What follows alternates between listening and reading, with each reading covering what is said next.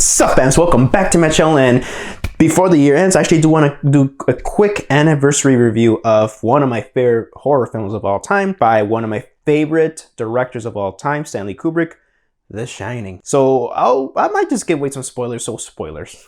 Coming up right now. Hope you guys enjoy the show. All right, quiet on set. Scene one, take one. Action.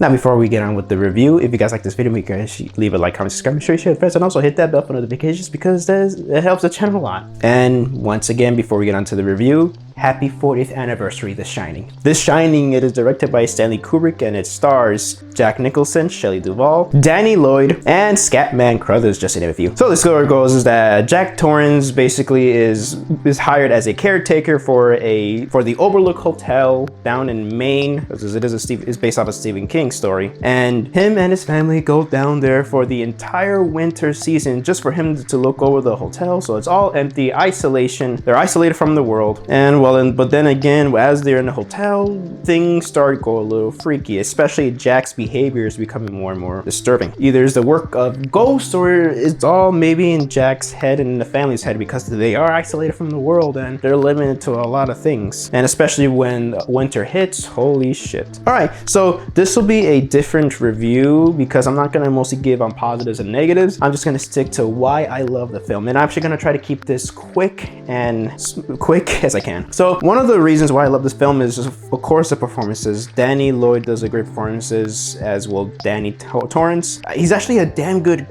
child actor, and Stanley Kubrick, in my opinion, knows how to direct child actors. Scatman Crothers, holy shit, he's so good. I mean, of course, honestly, he gets in the stereotype of, yeah, the black guy, he's gotta die. He's so good. I mean, I just love when he explains The Shining. I also forgot to mention that Danny has this psychological ability to read people's minds. So there are some supernatural elements on this film, but honestly, I like how the film kind of interprets it as, well, you can think of what's going on and it's with your opinion, because Stanley Kubrick really took out a lot of supernatural elements from the novel and in the movie. For instance, in the novel, the ghost, it was actually the Overlook Hotel wanted Danny because there were actually ghosts actually possessing the place. But in the movie, it looks like the ghost or whatever is going on in the hotel wants Jack. But yeah, going back to the performances, Danny Lloyd and Scatman Crothers did a good job. I also love the scene when they're just talking about the Shining ability. It's just so cool. I like it a lot. And Shelly Duvall, even though that her character's not likable in the movie, she's supposed to be unlikable. I think that's what Kubrick intended. And well, she's a decent actress. She kind of gets a little annoying in the movie, but then again, I don't think she's much of I don't think it's a flaw really. It's because I actually feel like it's just more intended, and really she's not all that bad in the movie. She's actually fine. Especially the third act, once Jack finally snaps and he does that famous scene of give me the bat, give me the bat. I just love how she's breaking down. She's actually literally breaking down in that scene. I'm not kidding. And last but not least, Jack Nicholson's performance as Jack Torrance, man, holy shit. Ooh,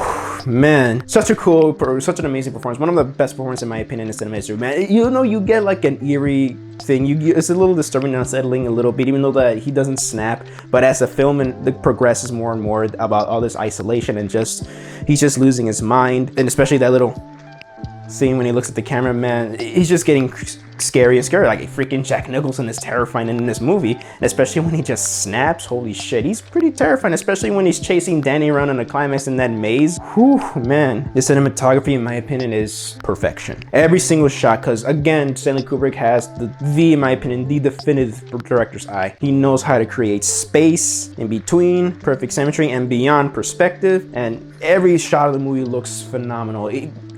Stanley Kubrick intends his films to look like a painting come to life, and it just shows from the Overlook Hotel, from the exterior shots to all of the office scenes for where Jack is actually getting the job as becoming the caretaker while he's talking to the owner of the hotel, and everything, even the chase between Danny and Jack in the maze and the climax of the movie is just shot so well. I just also love the slow build up. I know this film's not for everybody because Stanley Kubrick's films are not for everybody. I understand that, but I just love how slowly it builds. With the runtime, I believe it's 2 hours and 30 minutes or 2 hours and 40 minutes. I just love how it just slowly builds up to the sanity. Also, you're getting kind of crazy too to like, you know, what's gonna happen, because the film teases you what's gonna happen next.